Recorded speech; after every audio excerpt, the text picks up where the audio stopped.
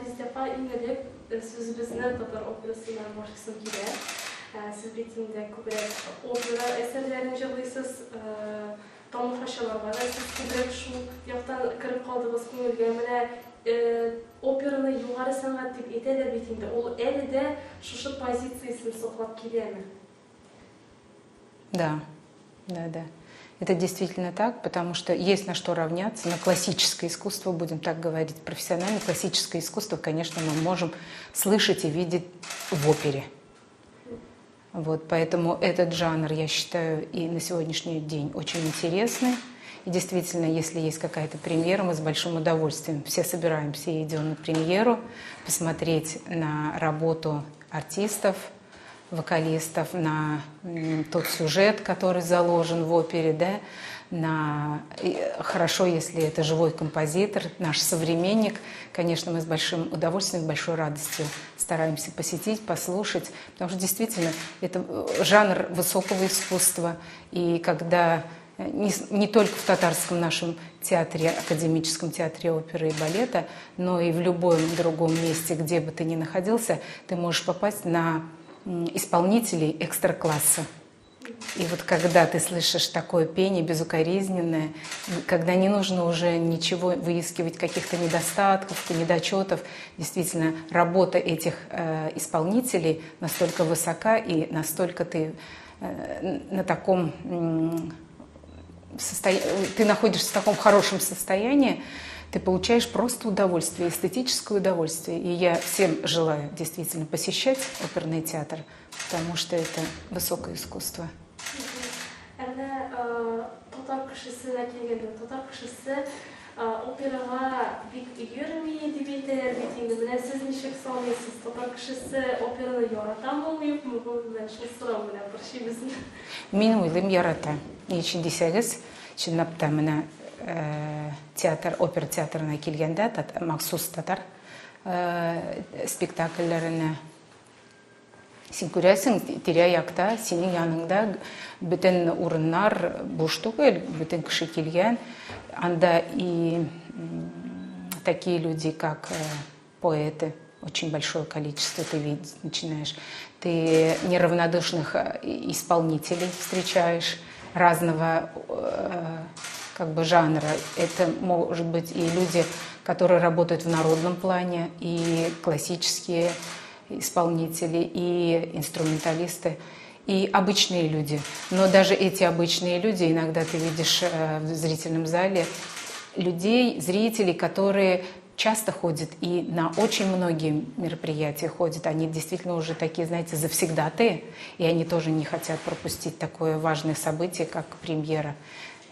Но, во всяком случае, я стараюсь попасть на премьеру, потому что это действительно, и ты увидишь и всех своих знакомых, которые хотят в этот день быть с тобой рядом, увидеть это превосходный спектакль. Но и я думаю, что и в другие дни, когда уже спектакль начинает жить своей жизнью, большое количество. Единственный зал не вмещает того количества людей, которые вы, наверное, хотела посетить. Все-таки ограниченное количество. И в сегодняшних реалиях времени, наверное, там еще меньше людей. Очень жалко, конечно, что мы вот попали в такую ситуацию с вирусом. Но ничего не поделаешь, надо быть защищенным, оградить себя и других от такой напасти. Но... Шулайда сіз мені айтып өткенше, татар кішісіне опера керек деп нәтиже ясай алабыз ма? Я думаю, надо, потому что таким образом музыкальный мир Татарстана, он идет в ногу со временем. И это достойно для татарского народа.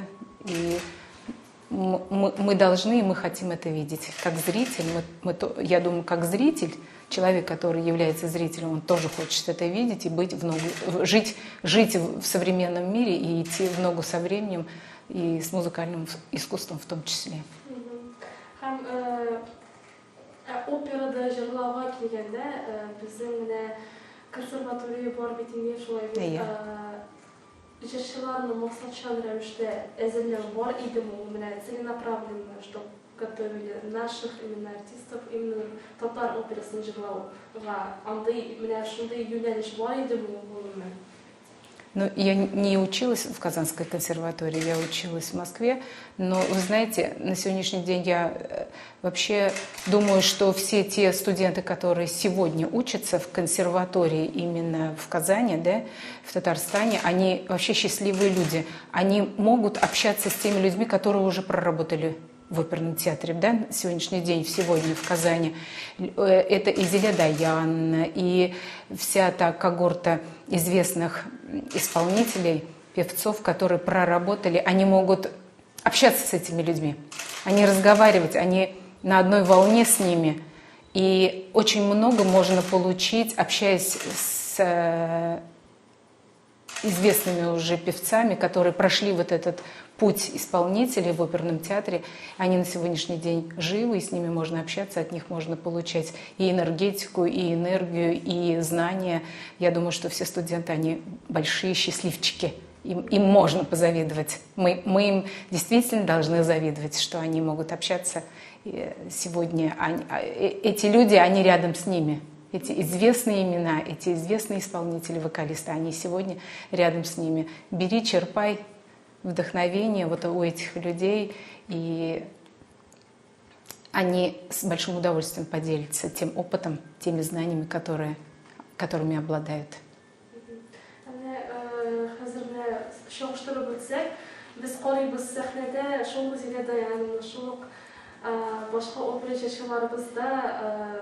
Телевизорлардан күренә иде, бик күп менә шундый программаларда катнашалар иде.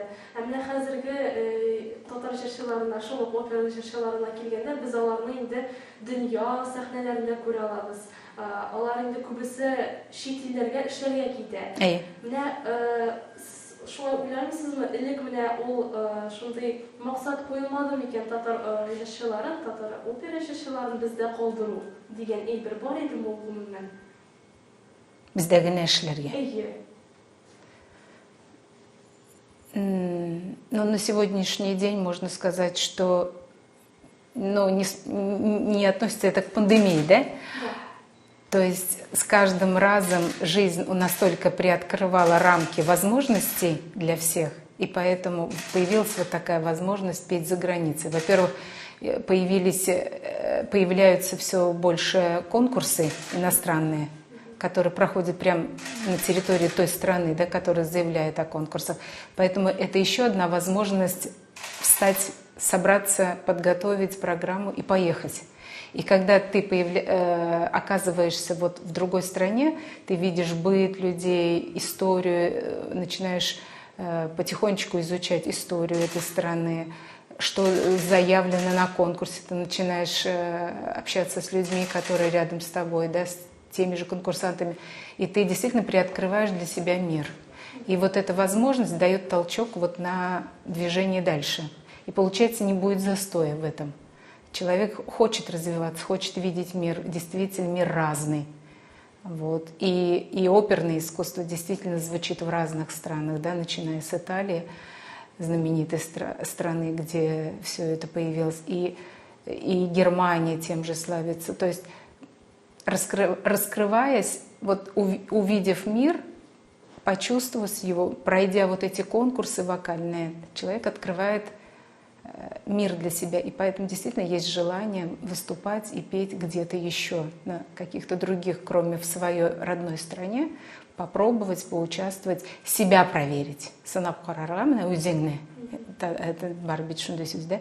И вот ты как бы себя еще раз проверяешь. Но вообще, мне кажется, исполнительское искусство тем и отличается, что ты должен постоянно себя испытывать.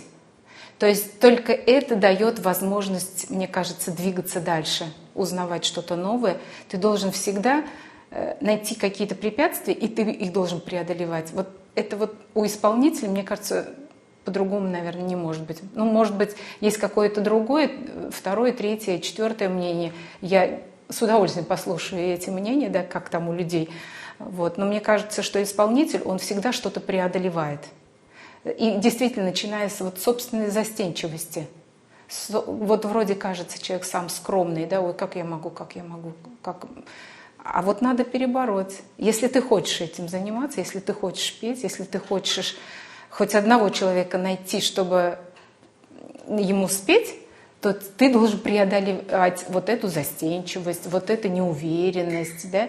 Но для этого надо действительно провести большую работу. Надо знать музыкальную грамоту, надо выучить произведение, надо пообщаться с композитором. Слава Богу, если он живой. Это вообще великое счастье поговорить с автором стихов, потому что исполнитель, он только третий человек в этой дороге для познания самого себя, исполнить для зрителя и получить какую-то известность.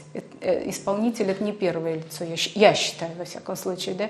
Поэтому, поскольку ты учился в музыкальной школе, например, вот я, и я знаю, что насколько очень работать интересно вот с тем материалом, который у тебя есть. А материал — это ведь начиная с Генделя, Баха, Черни.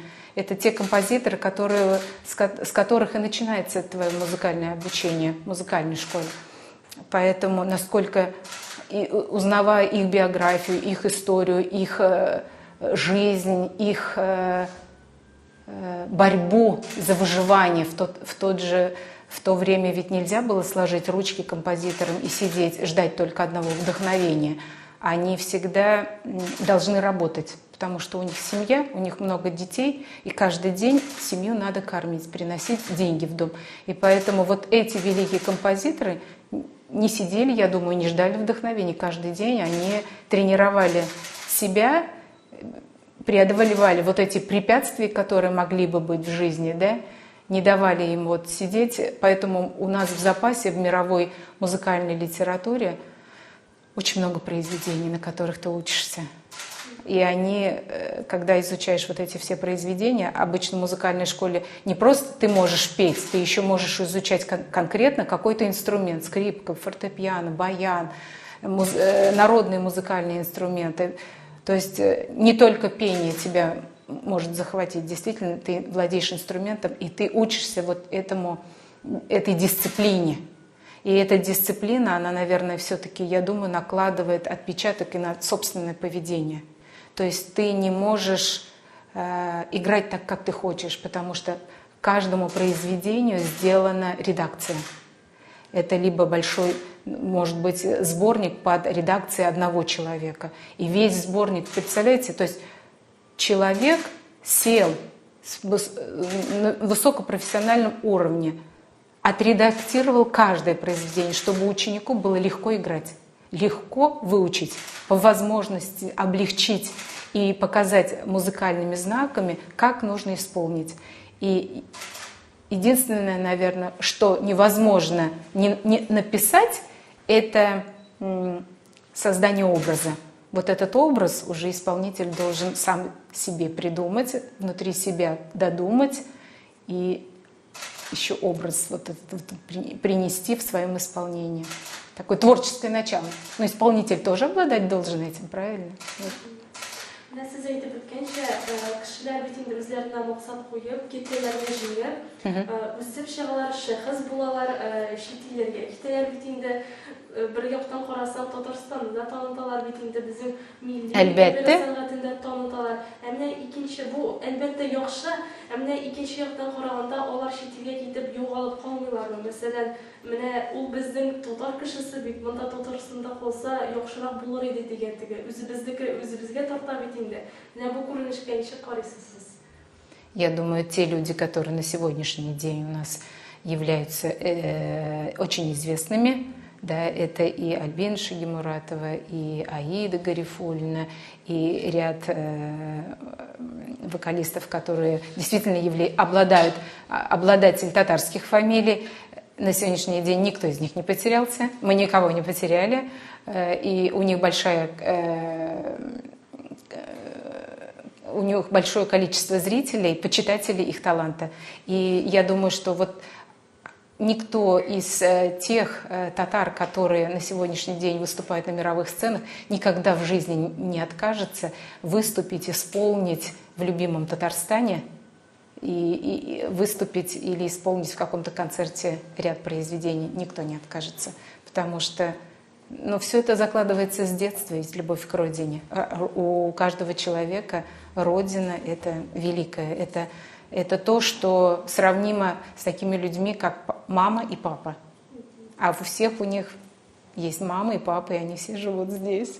И мы их тоже можем видеть на концертах. Поэтому я думаю, они высокообразованные люди и очень являются сами патриотами.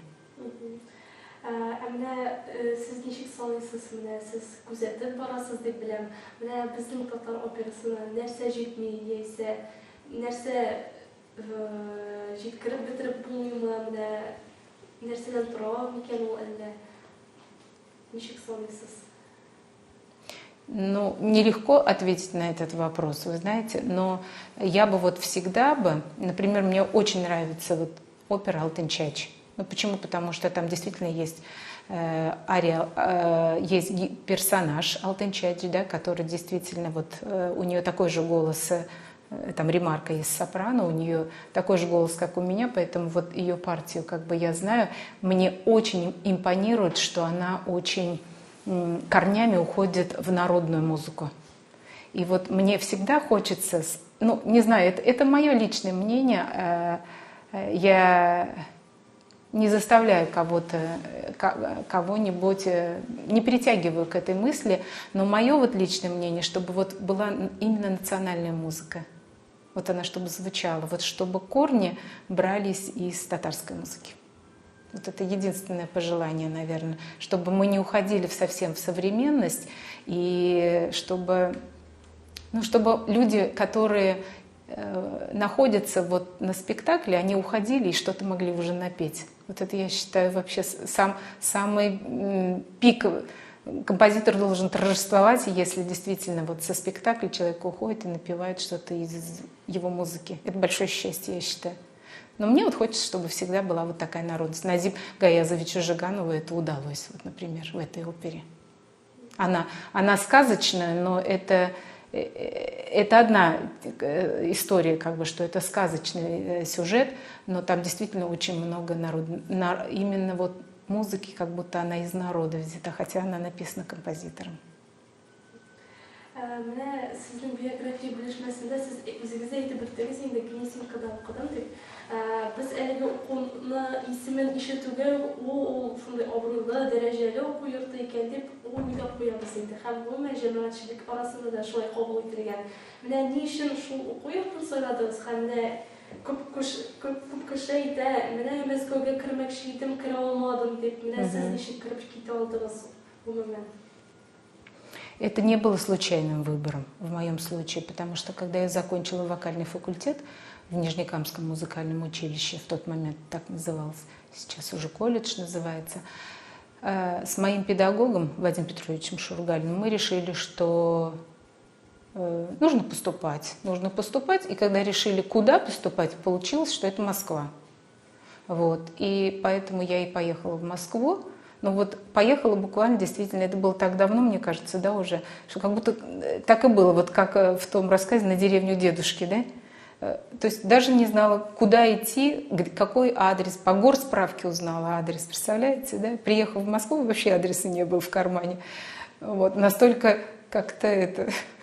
О чем думала, называется. Но под мышкой, да, действительно было большое количество тех нот, которые я уже разучила и которые я хотела показать, выбрать на экзамен.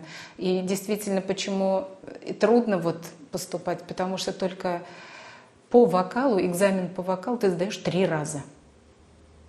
Я не знаю, как сдают, никогда никуда больше не поступала в тот момент, хотя по тем временам можно было подать заявку в 5 институтов, высших учебных заведений, в 5 высших учебных заведений, и поэтому я никуда не подавала, я только подала туда. И каждый раз 3 раза сдаешь экзамен по вокалу, разные дни, по очереди. Я подходила и смотрела, есть ли я в списках. Оказалось, что я есть в списках. На что, в общем, опять я себя заставляла, что надо собраться, Вот, надо еще следующий экзамен. И вот так было 3 раза.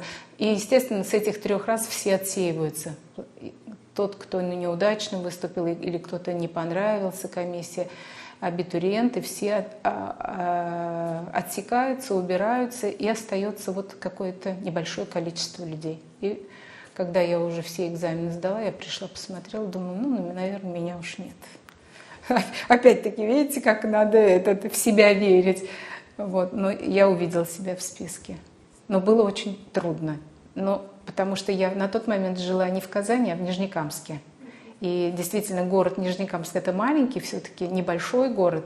Хотя, когда я училась в музыкальном училище, я могу сказать, что наши педагоги, они вообще энтузиасты своего дела. Они настолько... Вот по сегодняшнему уже дню я могу судить, что это очень образованные и очень педагоги, которые действительно хотят очень много дать студентам. Если бы так не было, наверное, я бы, наверное, не смогла поступить. То есть у меня хорошие педагоги были и по фортепиано, и по вокалу. Вот. И вот мне удалось перебороть саму себя, выступить, понравиться комиссии, и меня приняли. Но я считаю, что это очень трудно, но тот, кто хочет чего-то добиться, он должен этот путь проходить.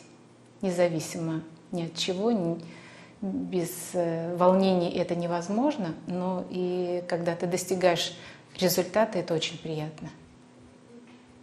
Җырчылар алар җырлыйлар да һәм билгеле бер вакытка килеп җиткәч, аларның үзләренең тәҗрибәләрен дип әйтик инде, укучыларына дәвам иттерер өчен укучыларын укытасы килә һәм укыта башлыйлар. Без күп кенә мисаллар китереп бетә алабыз сезнең белән. Сез әле дә филармониядә эшлисез дип беләм. Ни өчен филармониягә узгандыгыз? Ничек килеп чыкты ул? Но мне вообще по жизни очень хотелось выступать, петь. Меня даже приглашали на работу. Министерство культуры, министр культуры в то время пригласил меня на работу, на что я ему сказала: вы знаете, мне так хочется петь, как же я смогу работать до 6 часов вечера вот на такой сидячей работе в кабинете, а потом пойти выступать. Я говорю, я так не смогу жить и работать. Думаю, что это невозможно вот так соединить. После этого моего объяснения министр сказал: да, действительно, тебе нужно петь, иди и спокойно пой. Вот такое как бы разрешение словесное я получила на тот момент. Была очень обрадована этому. Но действительно, тот человек, который хочет петь, он поет везде. Особенно это видно, когда человек очень молод. Вот, когда он учится в музыкальном училище, в консерватории, он постоянно напевает. То есть вот это вот желание петь, петь, петь, петь, он себе напевает, везде напевает, в автобусе напевает, идет, напевает. И вот это пение происходит почти 24 часа. Что-то учишь по ходу движения какого-то по улице даже вот идешь. То есть если тебе что-то нужно выучить, ты учишь это прям буквально 24 часа в сутки. Тебя ночью разбудит, ты спать ложишься, повторяешь слова, значит, там мелодию повторяешь. Садишься за инструмент днем, значит, учишь ноты на инструменте, аккомпанируешь себе, пытаешься соединить все это. Вот. И поэтому вот это желание петь, петь, петь, петь, оно нескончаемое, оно вот так вот идет. Но мне кажется, что сейчас меньше этого. Вот в такое состояние я уже не вхожу. То есть я пою, потом останавливаюсь, занимаюсь какими-то другими делами, потом опять репетирую. Вот. А вот когда ты молод, ты вот невозможно остановиться. Вот это тоже очень интересное ощущение. Оно непередаваемое. Вот не так давно я пришла к мысли, что вот это так происходит. Но до конца я вот не смогла ваш вопрос додать.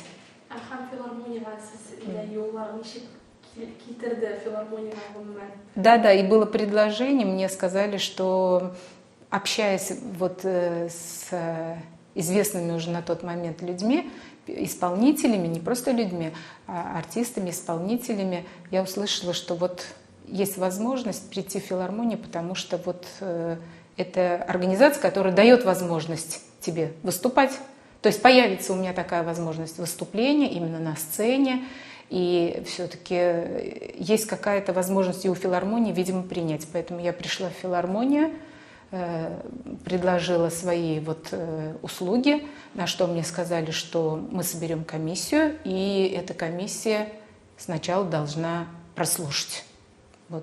Была подготовлена программа, исполнена перед комиссией, где сидели и директор филармонии, и художественный руководитель филармонии Ильхам Гельмединович Шакиров, и все дирижеры на тот момент, дирижер симфонического оркестра, дирижер оркестра народных инструментов, и все такие режиссеры филармонии, те, которые действительно были очень известными людьми.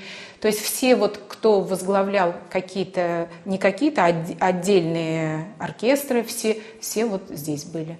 Действительно, я исполнила программу, они посовещались и сказали, что меня берут в работу. Я была очень счастлива. Причем филармония такая интересная организация. Здесь возможность есть как петь классический репертуар, так и романсы разных веков, разных эпох. И татарскую музыку ты можешь исполнять, музыку композиторов Татарстана. И народные песни, если у тебя есть такие возможности, ты тоже можешь исполнять. То есть в данном случае никто не ограничивает. То есть ты готовишься, ты знаешь, что наперед у тебя какой план действий, ты готовишь. И этим филармония мне тоже очень нравится. Ты можешь здесь, в этой организации, ты можешь исполнять разную музыку, начиная от классики, кончая музыкой сегодняшних современных авторов. Так что это еще одно какое-то такое поле музыкальной деятельности. И она есть здесь, и это возможно приложиться, потому что когда ты учишься в консерватории, как я училась, мы проходим ведь за то время, пока мы учимся, мы проходим очень разную музыку. И старинная музыка звучит, и музыка венских классиков, и много всего, и романсы, и русские романсы, и городской романс. Там очень много предметов, и ты потихонечку научаешься многому. И поэтому это твое обучение, оно помогает тебе работать.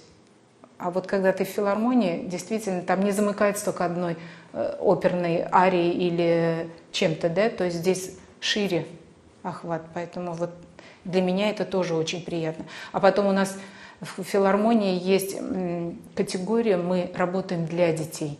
То есть специально образовательные, просветительские образовательные программы именно для детей. Я никогда не думала, что это такое будет возможно, и никогда не думала, что этот спектр когда-то меня затронет. Но действительно я получаю благодарность, я получаю письма родителей старшего поколения, которые пишут, что они благодарны за то, что мы делаем на сцене. И это очень приятно. Siz aytdingiz, turli musiqa yo'nalishlari bilan ishlaymiz deb. Hozir bitinda zamona olg'a tomon borib, bizga Yevropadan turli yo'nalishdagi musiqalar kiradi, janrlar, turli aranjirovkalar. Siz bu yangi zamon bilan birga otlaysizmi? Necha qabul etasiz? Kimdir yo'q, men uni qabul etmayman deb, shunday 40 kisada aytadi. Siz qabul eta olasizmi, to'lay olasizmi bundan? Я могу сказать вам на сегодняшний день, что мне кажется, что наш зритель, но иногда же я тоже являюсь зрителем, правда, не только исполнителем, посещая разного рода мероприятия, ты оказываешься зрителем. И мне кажется, что у нас в России все-таки больше люди такие, знаете, есть всеядные, есть такое выражение. Наш зритель, он не ограничивается только одной какой-то сферой, например, только квартетной музыкой. Есть люди, которые любят квартетную музыку. Вообще, по миру, возьмите мир, и они ходят только на квартетную музыку. Там, где сидят на сцене 4 музыканта, 4, больше нет, все. И они играют только музыку, написанную для 4 инструментов симфонического оркестра. За границей это так. И там, кто сидит, он не пойдет на джазовую музыку, например, или там на оперу. То То есть у них вот это вот все как-то, да? А вот у нас зритель, у нас другой зритель, мне кажется, у нас всеядный. Вот сегодня опера, да, завтра драматический спектакль, да, на третий раз там все-таки он пойдет на эту квартетную музыку, да, правда, она у нас не часто звучит, да, вот, но он тоже пойдет. Вот такие вот всеядные мы. Мне кажется, вот это, может быть, это с одной стороны плохо, да, но с другой стороны, мне кажется, хорошо, это расширяет кругозор, да. Вот я стараюсь, несмотря на то, что вот ты поешь, моя работа – это петь, да? Но мне очень хочется посмотреть, что делают другие. Как живет сегодня, например, театральный мир, да? Причем не только Татарстана, да? Я вот с большим удовольствием стараюсь посетить, если приезжают какие-то театры из Москвы, там, откуда-то из других там городов, да? Екатеринбург. Я очень рада, когда бывают просто фестивали, потому что ты за раз можешь попасть в эту историю того, что ты увидишь и разные театры разных городов.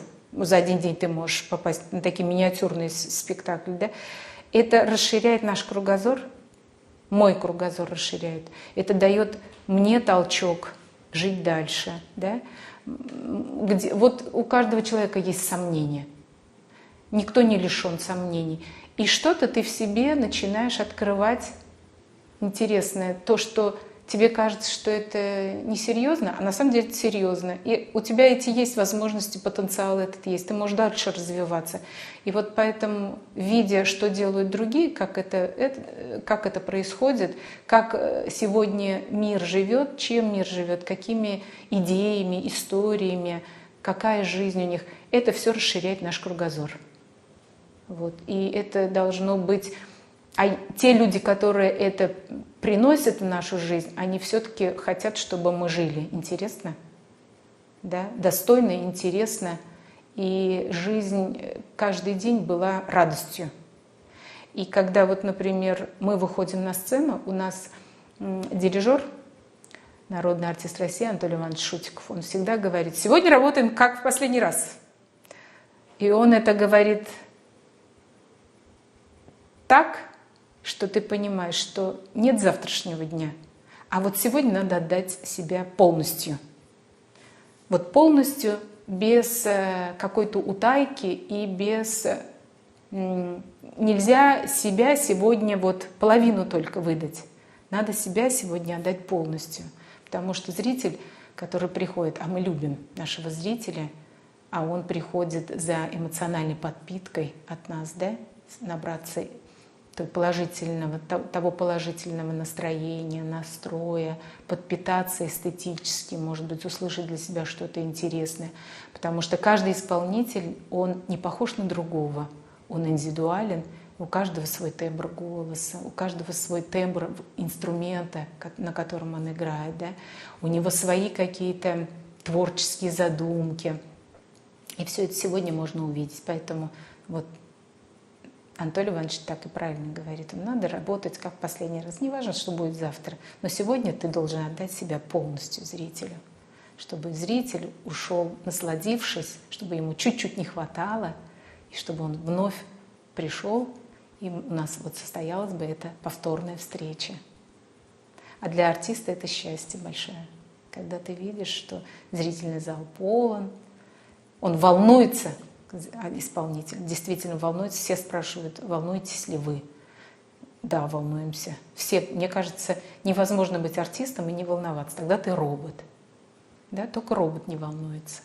Он потому что запрограммирован, он знает, что будет. Вот. А человек волнуется. Но он бывает счастлив от того, что работа сделана. Большое счастье. Benim gözetilerim boyunca biz bitinde şu artistlar deviyde biz opera şarkıları da artist, gadeti bizim estrada şarkıları da artist. Benim yan kalsa opera şarkıları onlar neşiktir şu bizneska kirmişe bizlerine bir tiredegine turgan kibik, ayrılıp turgan kibik. Benim bu şulay mı? Hem siz gülmen özünüz şu bizneska neşik kalıyorsunuz? Но вы знаете, оперные певцы, они такие большие труженики и такие молодцы, что отойдя от оперного искусства, они все-таки поют романсы. Вот начиная с очень известных русских классиков, романсы русских классиков, Чайковский, Рахманинов. Вот, поэтому они делают вот уже вот этот шаг в более такой, ну, в камерное пение, да, будем так говорить. Вот, это вот их такая вот прерогатива, возможность проявить себя вот в камерном исполнении. Камерная музыка, ну, говорим про романс как камерная музыка, то есть там не надо обладать там большим очень голосом, но там надо иметь душу, там нужно какое-то творческое начало найти, чтобы каждый романс, это такая миниатюра, небольшое произведение, но оно очень много задач вложено вот в такое маленькое произведение. Поэтому они вот такой делают шаг в более, как бы, может быть, трудно сказать, что это легко, это нелегко. Вот, но они вот отступают. А вы что хотели еще раз? Как вы смотрите на шоу-бизнес вообще? На шоу-бизнес? Ой, на шоу-бизнес. Вы знаете, зрители ведь они все разные. Кто-то действительно хочет легкую музыку послушать, да? Поэтому есть такая категория и исполнителей, и зрителей. Ничего в этом плохого нет. Я не вижу, как в татарской эстраде. И то же самое. Есть люди, которые могут и хорошо себя чувствуют в песенном жанре. Очень много сейчас исполнителей, которые и пишут, и поют. Себя называют они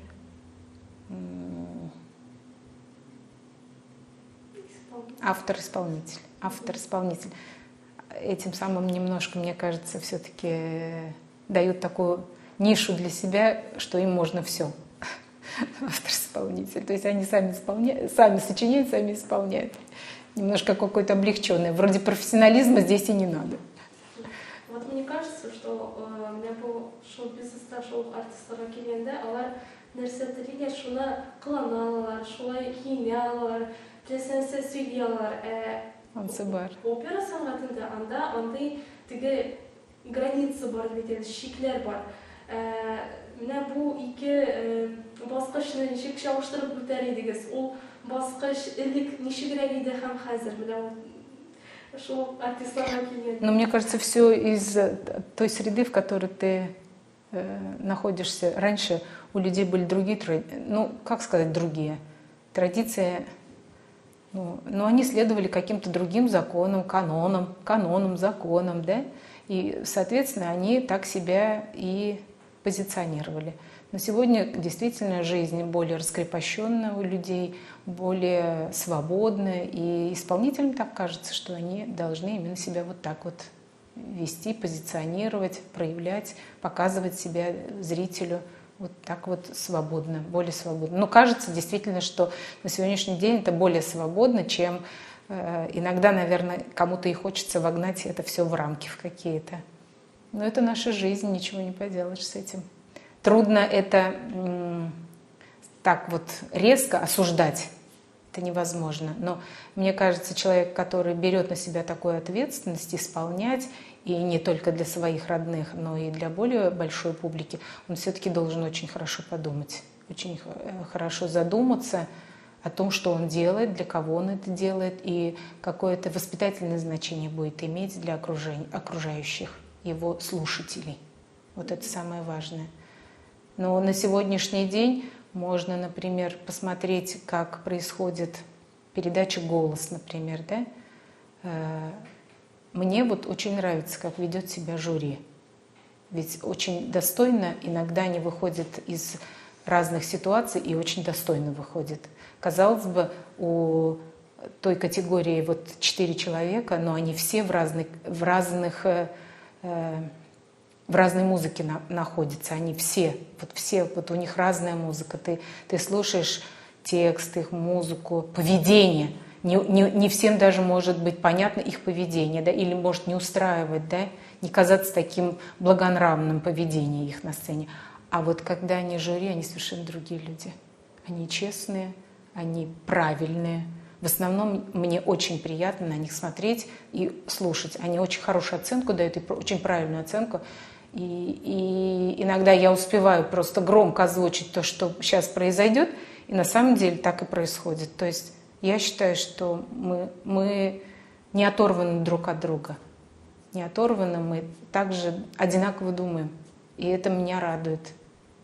И я думаю, что это очень, на сегодняшний день это очень хорошая команда, очень хорошее жюри, которое действительно словесно может объяснить все недочеты, вот, например, слепых прослушиваний на сегодняшний день. Мне нравится, как они, их поведение, их речь мне очень импонирует. Я думаю, что мы, вот видите, люди одного времени. Я ничего в их речи не вижу плохого. Нравится. Вот. Это наша жизнь, ничего не поделаешь. İyi. Hem tomoshaçılar mine şunday sözleri iştirge to'g'ri keldi. Rezida Galimovani Tatar jırında ko'rasimiz keladi deb, niçin qatnashmaykan Tatar jiri kabi konkursda, konsertda deb. Mine anda qatnashar edingizmi buni? Это про конкурс, вы говорите, татарский? Tatar jiri Barс Media o'zgartirgan. Барс Медиа. Ну, не знаю, это надо просто, наверное, как-то попасть просто туда, наверное, в категорию. Быть на... Ну, вот, не знаю, в этом... Ну, не знаю. Ну, не могу даже ничего сказать вот про это. Что вам сказать? Почему я не там? Не знаю. Не знаю. Нет, но с другой стороны, сегодня они исполняют, все исполнители, они современную музыку исполняют, да? То есть сегодня композиторы на сегодняшний день пишущие, в принципе, да? Так ведь? Я же не ошибаюсь. Вот. Они все пишущие. То есть, ну, надо действительно общаться с этими людьми. Надо как-то... То есть там взаимный такой толчок будет, если ты являешься, вот, общаешься с этими соавторами этих песен, наверное, ты можешь попасть. Но, с другой стороны, мне кажется, эта организация, она тоже сама себе выбирает исполнителей. То есть она сама находит, она сама выбирает, и она их пропагандирует на сегодняшний день. Мне кажется, это так и работает. Это же не исполнители, пришедшие просто с улицы, они уже с большим опытом исполнительским за плечами, и поэтому, ну, вот как-то они друг друга нашли, поэтому это происходит. Но, может быть, это моя как бы ошибка, что я не там. Я даже не могу сказать, является ли это ошибкой. Но надо думать. Хотя я не могу сказать. У меня, когда бывает, как сказать, предложение выступить где-то, у меня бывает и от этой организации тоже предложение. И я на очень ответственных их мероприятиях выступаю. То есть я в списке. Вот, тогда, когда им нужно помочь этой организации, у меня были случаи, когда они меня приглашали, но не в эту программу, естественно. То есть они меня знают, они меня ценят, они меня уважают. То руководство, которое вот всегда было, я знаю, я вот когда им нужно что-то сделать классически, красиво, с достоинством, на высоком вот музыкальном уровне, действительно, я появляюсь у них на мероприятиях. Вот. И это бывает в разных городах, вот, не только в Татарстане. То есть такое у нас, такая, как сказать, общение у нас бывает. Ну, то есть они знают про меня, я хочу сказать. Но с другой стороны, все-таки это искусство, оно очень эстрадное, мне кажется, правильно? Ведь надо отдать должное, все-таки это легкая такая эстрадная музыка, которая именно вот звучит только на татарском языке, и все-таки это эстрадная музыка легкого жанра, которая действительно будет охватывать на сегодняшний день большую категорию людей разных профессий, и все они придут в зрительный зал послушать вот эту легкую музыку. Это как раз вот это направление. Оно, наверное, на сегодняшний день тоже должно существовать. Нельзя что-то отсечь, вот сказать, нет, это нам не нужно, это плохо для нас. Все-таки это должно пройти время, люди должны осмыслить, а потом и это будет видно по зрителям, и ходит ли зритель. Вот это должно пройти время, какое-то время должно пройти, чтобы этому дать оценку. Вот. Но те люди, которые там участвуют, я все-таки очень как бы надеюсь и желаю, что они будут исполнять произведения и духовно высокого содержания, не просто там пожелать здоровья, да? Здоровье – это действительно большое счастье и большая ценность. Но кроме здоровья в поэзии, в стихах песен должно быть что-то очень высокое, может быть эфемерное, может быть недосягаемое, но как у известных авторов. А у нас же большой опыт, мы же все в школе среднее образование получили, мы учились все в школах, и мы знаем, что такое высокая поэзия. И вот авторам, конечно, надо держаться этого, чтобы была вот высокая поэзия в стихах, и чтобы это можно было исполнить, вот такой вот подарок людям, чтобы люди одухотворенные уходили. Счастье. У людей такое вот состояние счастья оставалось от того, что они посетили вот это удивительное мероприятие, концерт, и в состоянии счастья должны уйти домой. Что там дети, там они должны свое вот это вот счастье, которое получили на концерте, они должны раздать своим близким, чтобы всем жилось легче, легко, свободно, дружно, интересно. Нәрсте апа шундай күренешне күзәткән бар. Менә бу инде күбрәк Россия масштабын карасак, рус эстрадасында алсак, менә билгеле бер йолдызлар дип әйтик, алар матур киемнәр, затлы, матур киемнәрдән һәм көтмәгәндә менә үзләре дә әйтмешли пиар ясар өчен, яисә бер аудиторияны җанландырып алу өчен, көтмәгәндә менә biz күрергә гадәтләнмәгән образда чыгарырга мөмкиннәр. Яисә бездә дә бу күренеш булды инде, шул ук мәсәлән алдан уйлап, ниндидер бәхәс, ниндидер кузгатырга мөмкиннәр һәм шул рәвешле тамашачы арасында шундый гауга чыга, шундый бөтен кеше уйлый башлый, кемдер сүгә, кемдер мактый, дөрес эшләгән дип. Һәм шул рәвешле активлаша аның исеме телгә алына, артистның менә шундый пиар ходны сез ничек саныйсыз, ничек моңа карыйсыз? Кемдер әйтә, ой, юк, мин пычрак шоу-бизнеска кермим дә, атламыйм да, ди, әмма кайбер артист шундый экспериментка бара, әмма сез. Ну, сез дөрес әйтәсез, пиар. Это пиар. Никак по-другому это не назовешь. Если он чувствует, что где-то у него что-то остановилось в творчестве, но надо завладеть публикой, надо оставить себя на плаву, удержаться, пока вот этот период не пройдет, какой-то застойный может быть, да, и поэтому применяется вот этот ход, пропиарить себя, но, может быть, даже низкопробный будет сюжет, да, и какая-то история будет, событие будет не такое, не совсем связано с его профессией, да, но действительно вы сами сказали, что это пиар. Это все-таки возможность удержаться на плаву. Но это опять реалии нашего времени. То есть жизнь так повернулась, что есть вот такая возможность вот так вот повернуть события своей жизни, чтобы остаться на плаву. Пиар. Ничего не поделаешь. Как к этому относиться? Очень, вы знаете, ну, у меня нет и негатива, потому что на сегодняшний день я могу просто выключить тот либо телевизор, либо радио и не слушать. То есть отгородиться таким образом я сама смогу. Осуждать их неблагодарное дело, я считаю. Поэтому вот опять-таки должно пройти какое-то время, чтобы это, ну, как-то у нас успокоилось, устаканилось, и мы, может быть, придем через какое-то время. Невозможно быстро осудить или решить эту проблему. Для себя, я говорю же, я решу. Я просто выключаю, например, если мне этот сюжет не нравится. И я, естественно, могу же оценить, что это пиар. Вот. Но по-другому просто пока никак не отгородиться от этого. Вот. Для себя можно решить, но заставить их сделать по-другому нет, потому что телевидение тоже диктует свои правила. И вот телевидению сегодня тоже удобно так делать. Поэтому они афишируют. Вот. Нет, я наоборот считаю, что много чего зритель не должен знать. Да, пусть ему живется беспроблемно и легко нашему любимому зрителю. Поэтому я считаю, что это не надо так афишировать. Должна быть какая-то загадка. Вот, поэтому.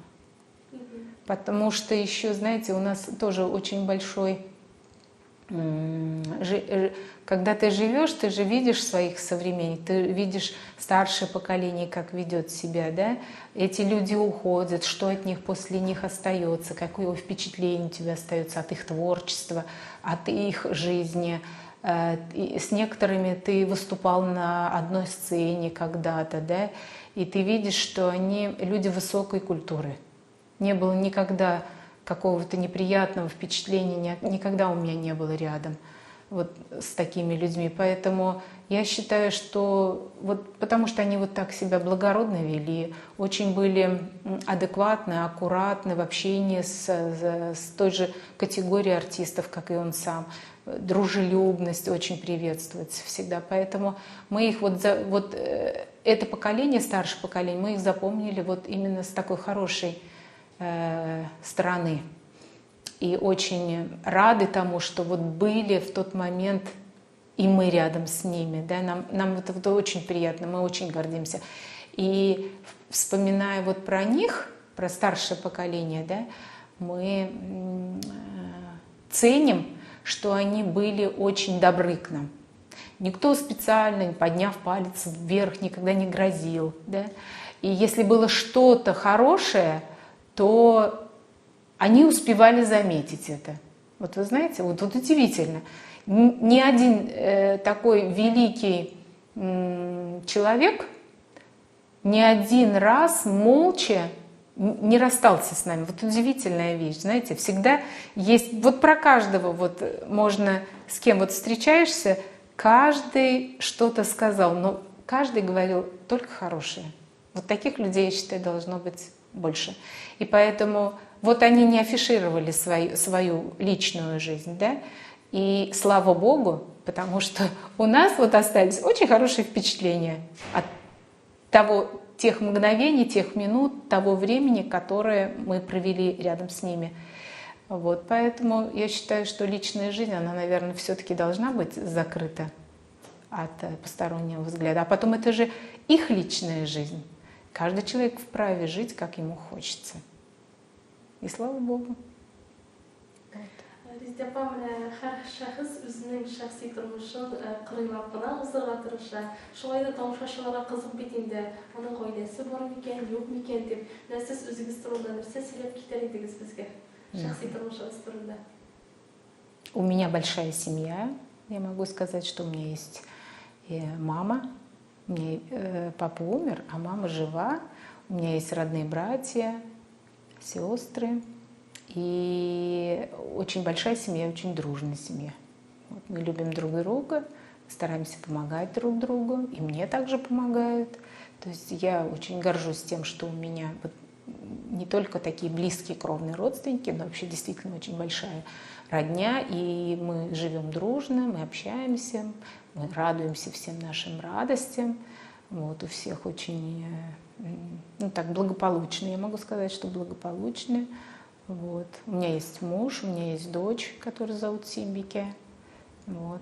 Так что мы все дружно стараемся жить интересно, радуемся тому, у кого вот какие-то интересные вещи происходят, очень рады бываем.